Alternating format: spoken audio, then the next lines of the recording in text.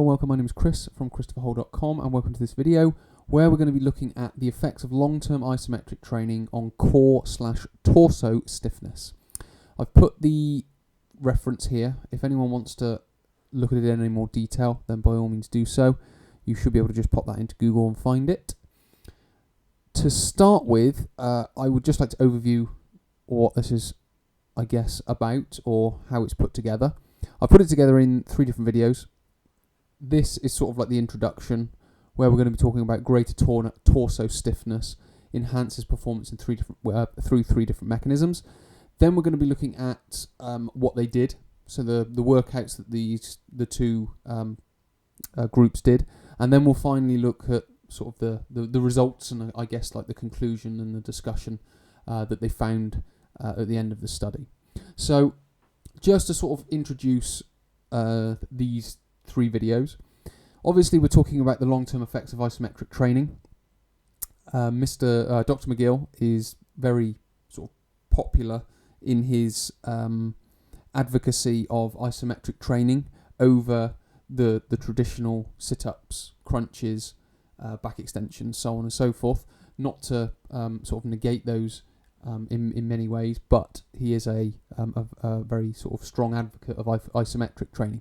And what he's or how he's describing how greater torso stiffness works for athletic performance is written in these 3 sort of mechanisms here. So what he's saying here, briefly stiffening the torso proximally to the shoulders and the hips transfers the full force and movement of the muscles to the distal side of these ball and socket joints, resulting in greater limb strength and speed.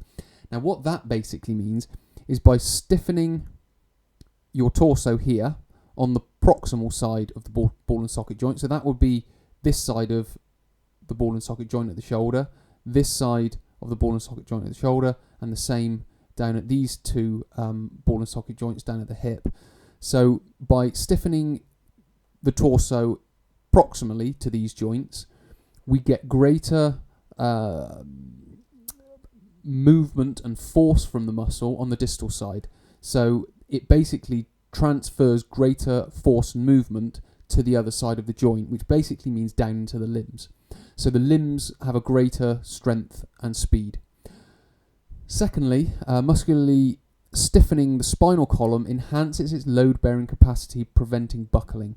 So the core is able to stay in a much more upright, stiffened, better posture, so we're able to get more out of it. Therefore, we're able to get more athletic performance out of the limbs, which is where, in a sense, the sort of the movement is transferred and I guess seen when we watch the performance on the TV in live or wherever it may be.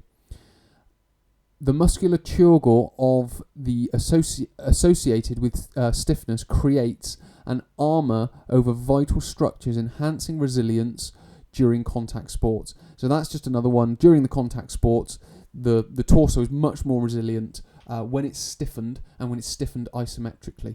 So what we're basically saying from this is the isometric exercises that we use in our training will enhance the force, the movement, the ability to prevent buckling, and the protection of vital structures, i.e. the pelvis, the ribs, the shoulder girdle, so on and so forth. So that's the kind of, I guess, introduction to the video. What we're now going to look at, what exactly they did during this study. So we'll click through and we'll watch the next video.